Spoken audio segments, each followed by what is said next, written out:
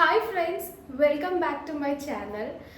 അപ്പോൾ ഞാൻ കുറേ നാളായി വീഡിയോ എടുക്കണം എന്ന് വിചാരിച്ചിട്ടിരിക്കുന്നത്, പക്ഷെ പറ്റാറില്ല. എന്ന് പറഞ്ഞാൽ കുറച്ചധികം തിരക്കായിരുന്നു. ഇപ്പം നിങ്ങൾക്ക് എൻ്റെ ബാക്ക്ഗ്രൗണ്ട് കാണുമ്പോൾ മനസ്സിലായിട്ടുണ്ടാവും, ഞാൻ ലാസ്റ്റ് വീഡിയോ ഇട്ട സ്ഥലമല്ല. നമ്മൾ വീട് ഷിഫ്റ്റ് ചെയ്തു. ഇപ്പം നമ്മൾ ട്രിവാൻഡ്രത്താണുള്ളത്. അപ്പോൾ പുതിയ വീട്ടിലോട്ട് ഷിഫ്റ്റ് ചെയ്യുന്ന കുറച്ച് തിരക്കും ബിസി ആയിട്ട് അങ്ങനെ പോയി. അപ്പോൾ ഇനി വരുന്ന ദിവസങ്ങളിലെ റെഗുലർ വീഡിയോസ് എന്തായാലും ഉണ്ടാവുന്നതാണ്.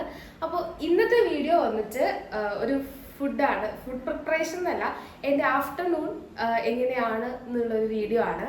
അപ്പോൾ നമുക്ക് ഇനി നല്ല ഇൻട്രസ്റ്റിംഗ് ആയിട്ടുള്ള കോണ്ടന്റ് ഒക്കെ എന്തായാലും ഇനി വരുന്ന ദിവസങ്ങളിൽ എന്തായാലും ഉണ്ടാവും. അപ്പോൾ അതിന് മുമ്പായിട്ട് ഞാൻ പറയാം, ഞാനൊരു ലൈഫ് സ്റ്റൈൽ വ്ളോഗറാണ്. എൻ്റെ ഒരു ജസ്റ്റ് സ്റ്റാർട്ട് ചെയ്തിട്ടുള്ള ഒരു യൂട്യൂബ് ചാനലാണ്. നിങ്ങളുടെ എല്ലാവരുടെയും സപ്പോർട്ട് എനിക്ക് വേണം. അപ്പോൾ ചോറിട്ടിട്ടുണ്ട്, ആവശ്യത്തിന് വെള്ളം ഒഴിച്ചിട്ടുണ്ട്.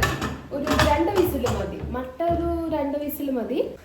ഞാൻ എപ്പോഴും വീഡിയോസ് ഇങ്ങനെ എടുക്കണം എന്ന് ഇങ്ങനെ വിചാരിക്കും, പക്ഷെ കുറച്ച് മടിയുണ്ടായിരുന്നു. അപ്പോൾ ഇനി ആ മടിയൊന്നൊക്കെ മാറ്റി വെക്കാൻ ഓർത്തു.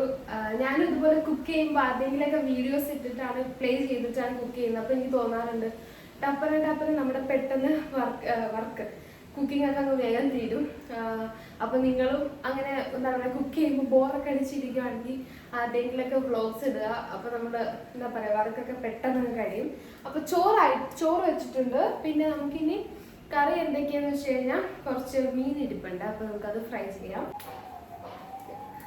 ഉച്ചത്തേക്ക് വേണ്ടി കുറച്ച് നത്തോലി ഉണ്ട്. അപ്പോൾ നമുക്കിത് പൊരിക്കുകയും ചെയ്യാം. പിന്നെ ഒരു പടവലങ്ങ കറിയായിട്ട് വെക്കാം.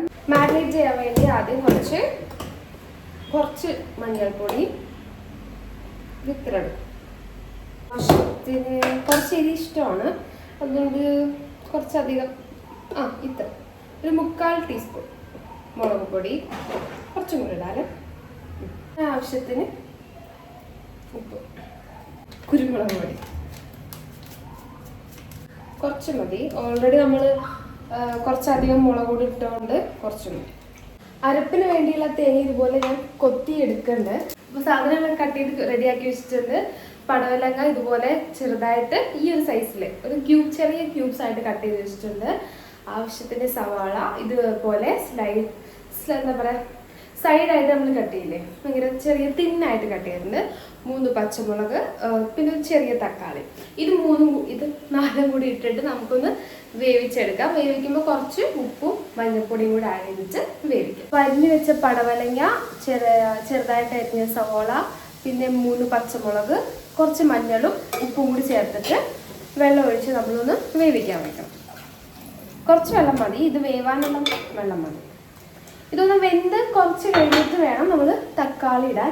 നമ്മളിപ്പോൾ തന്നെ തക്കാളി ഇട്ട് കഴിഞ്ഞാൽ പെട്ടെന്ന് ഉടഞ്ഞു പോകും. അപ്പോൾ അതുകൊണ്ട് ഇത് കുറച്ചൊന്ന് വെന്ത് വന്നിട്ട് നമുക്ക് തക്കാളി കൂടി ഇടാം. പിന്നെ അരപ്പിനായിട്ട് നമ്മൾ നേരത്തെ കൊത്തി അരിഞ്ഞ തേങ്ങ,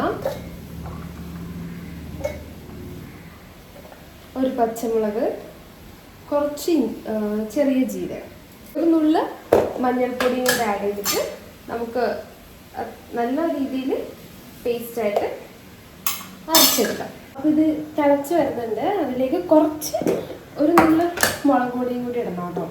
അത് പറയാൻ പറഞ്ഞത്, വളരെ കുറച്ച് മുളക് പൊടി, കാശ്മീരി ചില്ലി പൗഡർ ആണെങ്കിലും മതി. ഞാൻ കുറച്ച് മുളക് പൊടി ഇട്ടിട്ടുണ്ട്. ഇത് തിളച്ച് വന്നപ്പോഴത്തേക്ക് നമ്മൾ നേരത്തെ കട്ട് ചെയ്ത് വെച്ച തക്കാളി കൂടെ ആഡ് ചെയ്യും. അപ്പോൾ അതിലേക്ക് നേരത്തെ അരച്ച് വെച്ച നമ്മുടെ അരപ്പ് ചേർക്കാം. നിങ്ങൾക്ക് ഇഷ്ടമുള്ള പോലെ കൺസിസ്റ്റൻസി ആക്കാം. ഞാൻ കുറച്ച് ലൂസായിട്ടാണ് ഇത് അരച്ചിരിക്കുന്നത്. തിക്കായിട്ട് വേണമെങ്കിൽ തിക്കായിട്ട് അരയ്ക്കാം. ഇത് ചെറുതായിട്ട് തിളച്ച് വരുന്നുണ്ട്. തിളച്ച് കഴിയുമ്പോഴത്തേക്കും നമുക്ക് താളിക്കാനായിട്ടുള്ള പാൻ വെച്ചിട്ടുണ്ട്. താളിക്കാനായിട്ട് വെളിച്ചെണ്ണ ആദ്യം ഒഴിച്ചു. ഇത് കുറച്ച് ചൂടായി വരുമ്പോഴേക്കും ആവശ്യത്തിന് കടുക് ഇട്ട് കൊടുക്കുക. കടുക് നന്നായിട്ട് പൊട്ടി വരുന്നുണ്ട്. അതിലേക്ക് നമുക്ക് 3 വറ്റൽമുളകും കൂടി ഇടാം.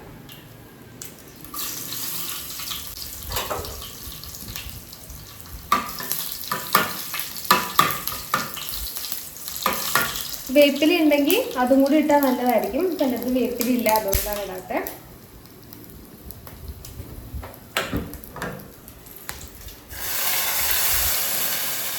നമ്മുടെ പടവലങ്ങ കറി റെഡി ആയിട്ടുണ്ട്. ഫ്ലെയിം ഓഫ് ചെയ്ത് അടച്ചു വെക്കാം.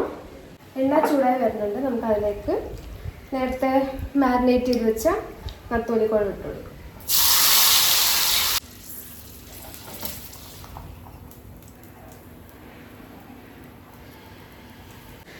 അപ്പം നമ്മുടെ ലഞ്ച് ഇന്നത്തെ പ്രിപ്പയർ ആയിട്ടുണ്ട്.